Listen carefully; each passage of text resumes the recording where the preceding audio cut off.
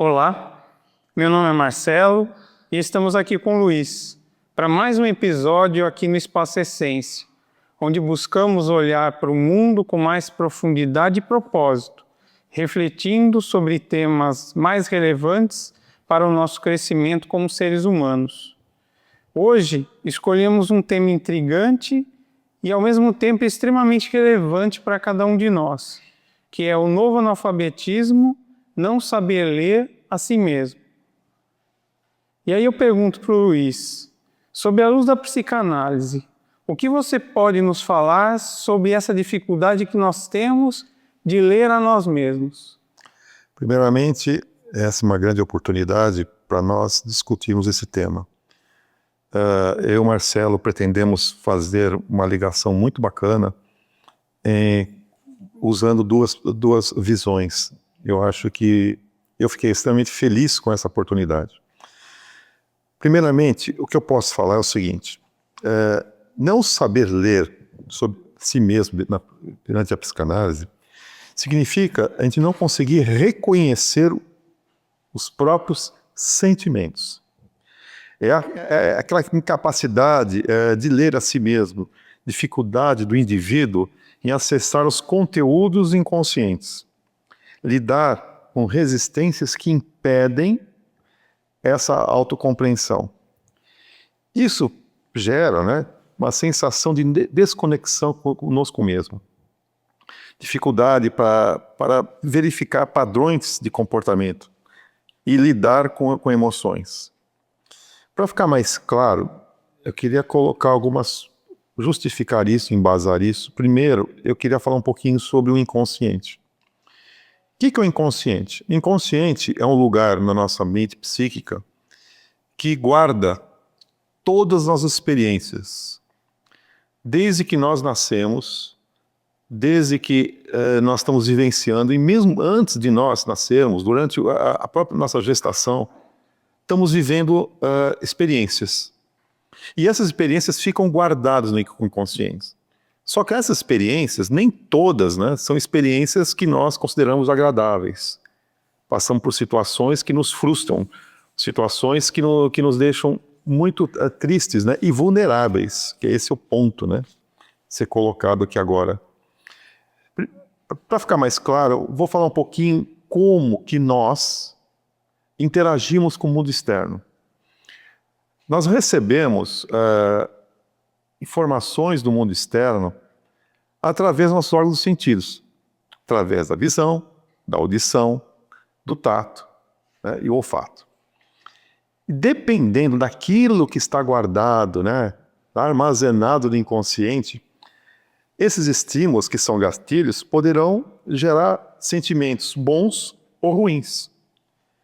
Ou seja, nós vamos acabar vivenciando isso, porque nosso inconsciente ele é atemporal.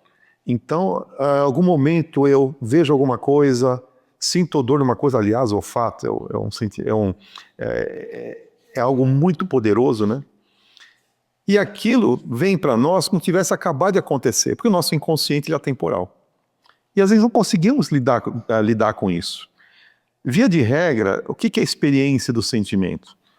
O homem, em geral, ele nega essa experiência. Por exemplo, a frustração. Ele não se permite sentir o que está sentindo e rejeita a possibilidade do autoconhecimento. E aí? Por não se conhecer, a gente não aceita, seja conscientemente ou inconscientemente. Logo, tendemos a usar máscaras. E isto é um desvio de energia, e falarei depois. Gostaria agora de colocar, para ficar mais claro, o que causa essas coisas? O que são os obstáculos que nos impedem de nos ler? Por exemplo, nós não podemos esquecer que não existe uma realidade absoluta. O nosso mundo atual nos leva a ter somente a nossa realidade pessoal. A gente não olha para o outro, A gente não vê que cada um tem um modo de lidar com as coisas, De interagir. De interagir, exatamente. E uma coisa muito interessante é que o nosso modelo mental, como nós lidamos com isso, é algo que nós fomos adquirindo ao longo da nossa vida. Seja por exemplo, dos pais, né? Seja na escola, do tiozão, né? Tiozão que gosta de brincar muito com criança, por exemplo, né? Aquele tio, né? Que a criança adora, né? O professor que te segue, né? Então essas coisas vão formando o que nós chamamos de modelos mentais. Isso é algo nosso. Então cada um presencia percebe o mundo externo, alguma coisa, de um modo diferente. As pessoas não têm essa sensibilidade, né? E aí, vamos cair num outro ponto que eu chamo de preconceito e conceito. O que é um preconceito? O preconceito é exatamente por causa desses nossos valores, modelos mentais, a gente vê uma informação e tende a achar que aquilo... a gente interpreta aquilo com nossa lente, colocando assim, né? E não exatamente o que significa. Então alguém fala alguma coisa para nós e nós achamos, por exemplo, que ela está querendo nos agredir, ou ela está querendo falar mal de nós, né? Coisa do tipo. Porque isso nos remete a quê? Às nossas experiências de vida, às nossas frustrações, aquilo que está guardado no inconsciente. Então, para simplificar, a gente diria o seguinte: o que o preconceito nos leva? É uma experiência não vivida, é uma coisa que nós introjetamos. Consequentemente, tem muito a ver, que nós chamamos da psicanálise, do nosso narcisismo, né? É olhar para mim. E o conceito já não, é uma experiência vivenciada. Vou colocar uma coisa que vai ficar claro para entender. As pessoas, quando vão aprender a dirigir, vamos lá, vamos aprender a dirigir, está recebendo a instrução. Tá bom. Então vamos lá, você tem que fazer o seguinte para dirigir, você tem que colocar a embreagem, colocar a primeira, soltando, agora eu vou colocar a embreagem de novo, engatar a segunda e assim por diante. Eu estou vivenciando, né? Então eu tenho que pensar. Ainda não faz parte de algo adquirido mesmo, uma experiência adquirida.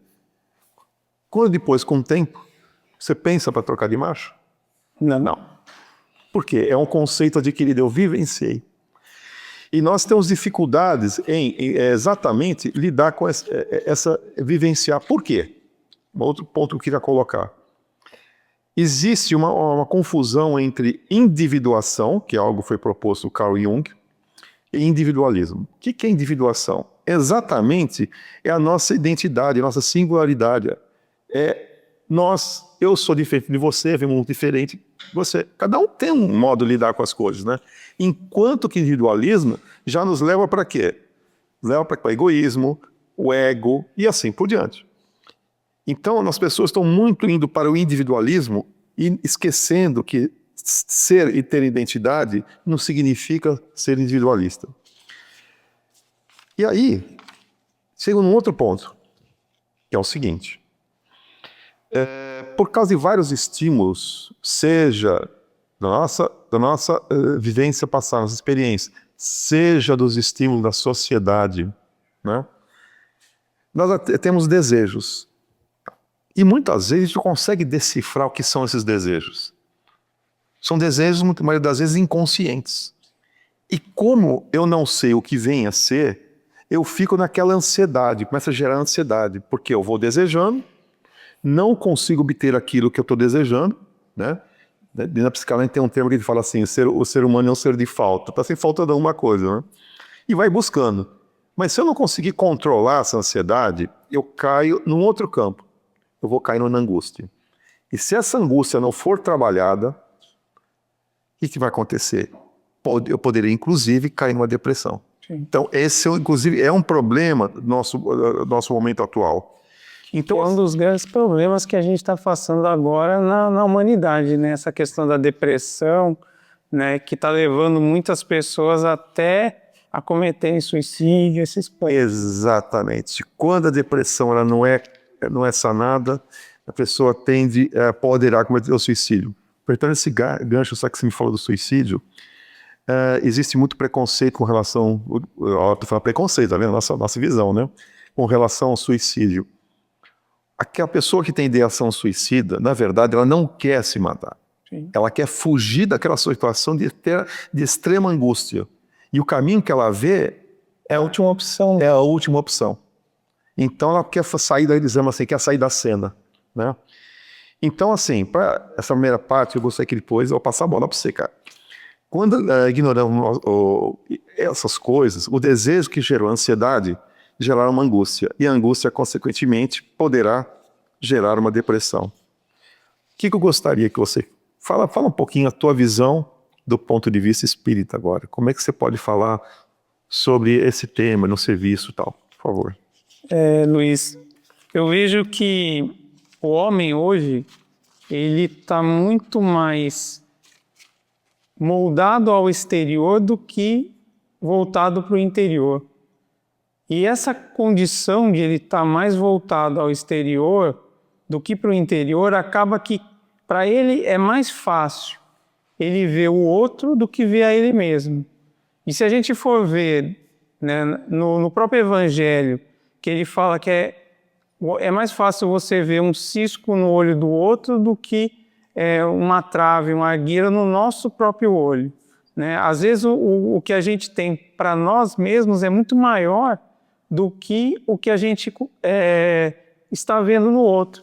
Porque é uma questão de referencial. A gente está olhando para fora, olhando para o outro e vendo aquilo que às vezes é uma coisa que nos incomoda, olhando sobre o nosso modelo, mas julgando o outro, né? Assim, eu vejo que é difícil nós olharmos para dentro de nós mesmos, porque às vezes nos falta um referencial, nos falta um modelo para que a gente possa nos comparar, para a gente ver se o que a gente está fazendo é bom ou ruim, né?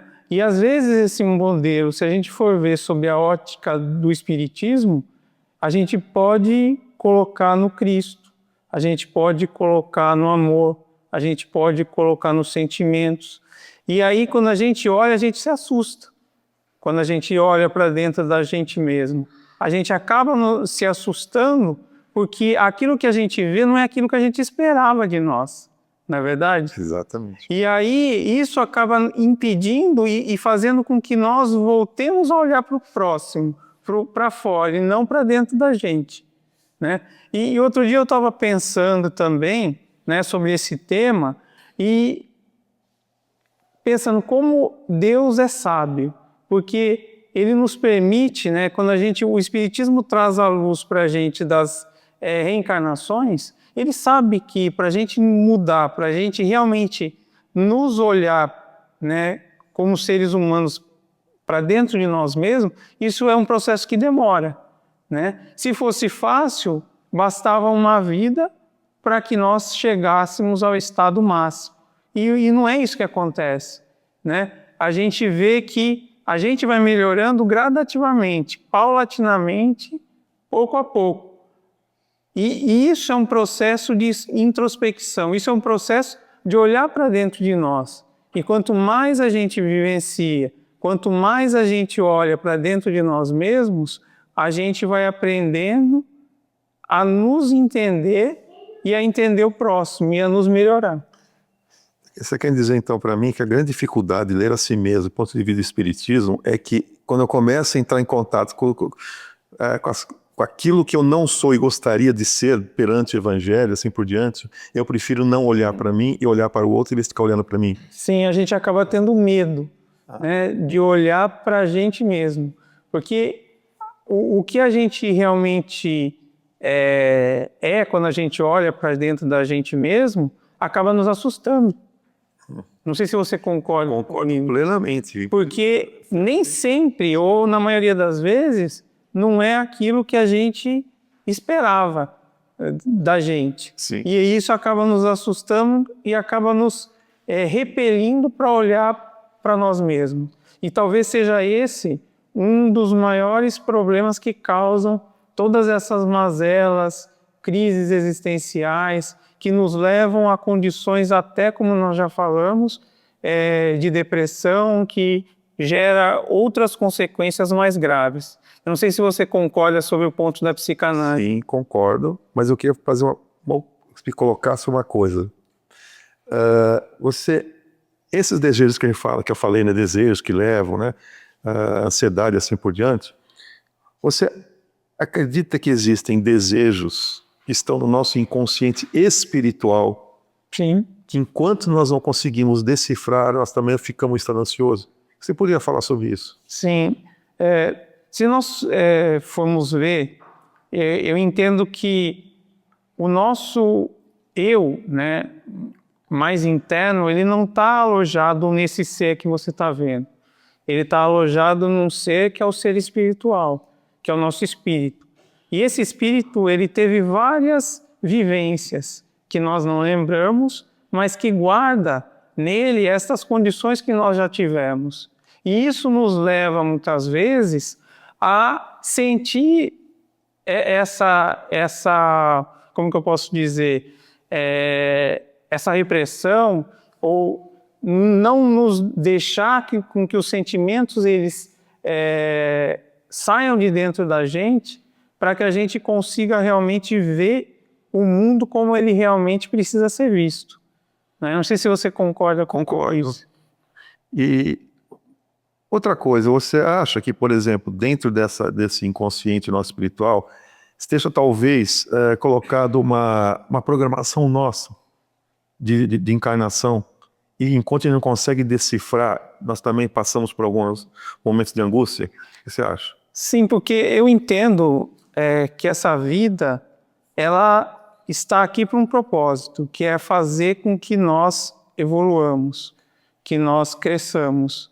E para que isso aconteça, algumas programações ou vivências são necessárias para que nós possamos aprender, para que nós possamos vivenciar, porque a gente só aprende aquilo que nós vivemos, no meu ponto de vista. Sim. E aí essas vivências, muitas vezes,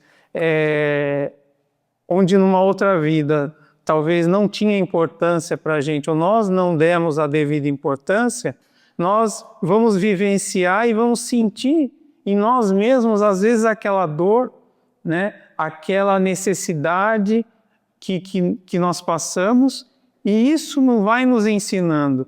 Porque quando Jesus também fala que nós precisamos nos colocar no lugar do outro, ou colocar no lugar do outro, às vezes é realmente nós vivenciarmos aquilo, para que nós possamos aprender e para que nós possamos entender, na verdade, o que realmente é a vida, o que é aquilo que nos causa alegria e aquilo que nos causa tristeza.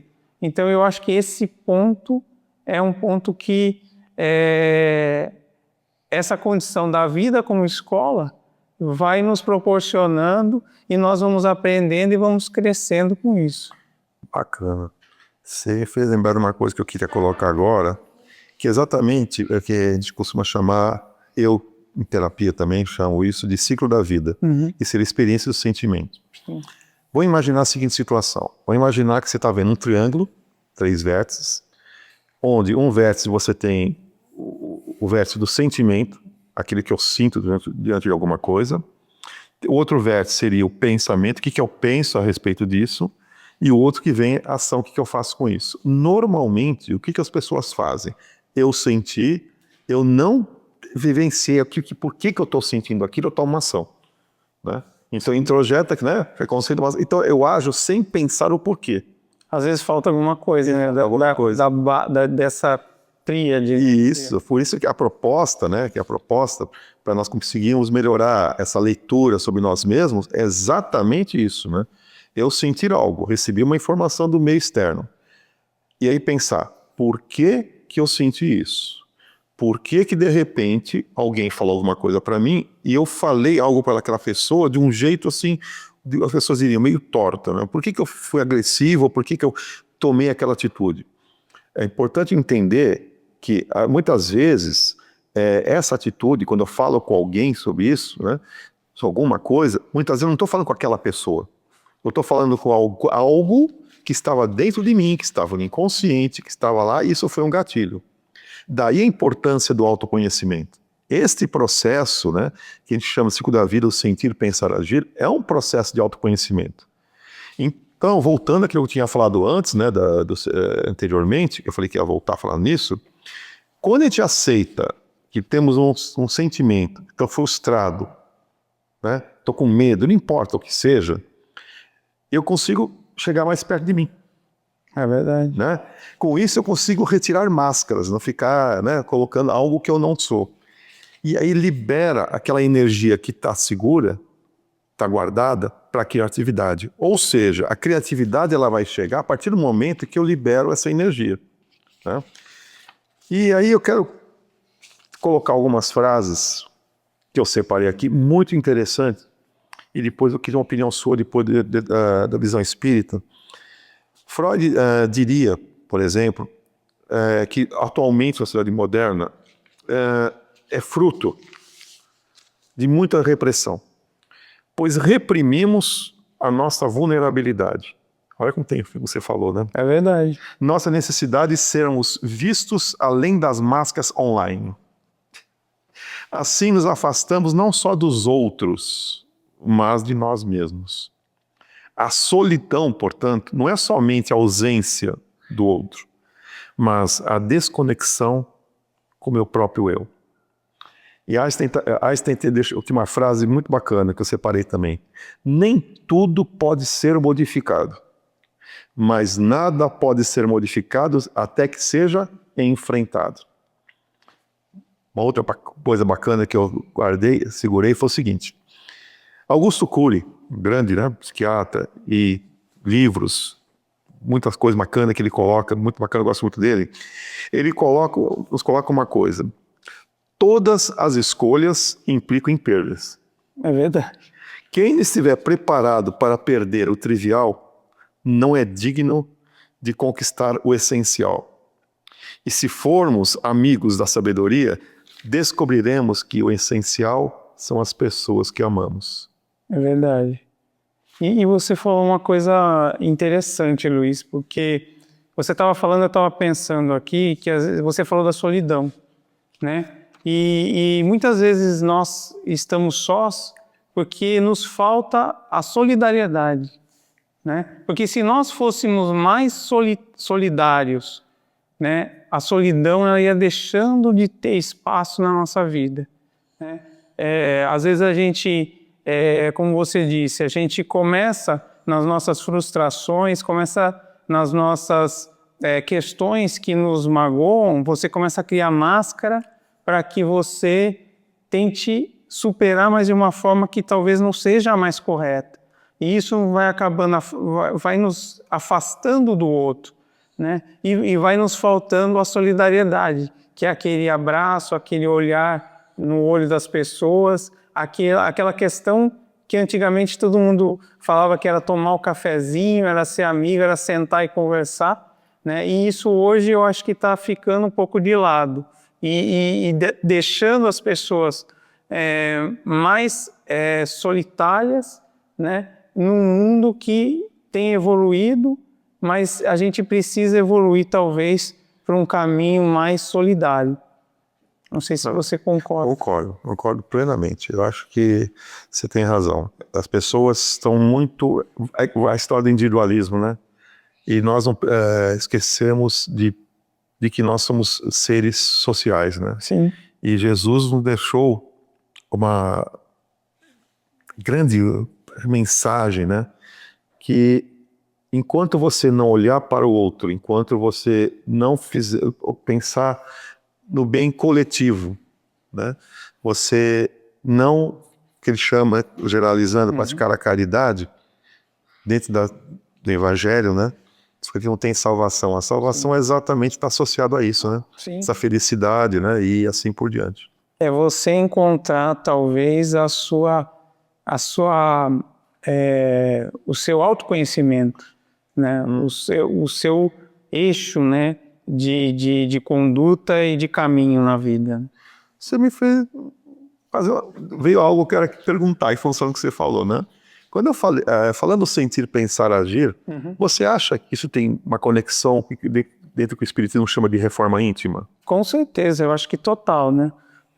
Quando você fala em sentir, pensar e agir, o sentimento é aquilo que vai impulsionando, né, o pensamento e vai moldando as nossas ações na nossa vida, né? E às vezes por a gente não sentir da forma que nós deveríamos, acaba acontecendo no meu ponto de vista, uma desconexão nessa condição e a gente às vezes age por impulso e às vezes a gente acaba se arrependendo.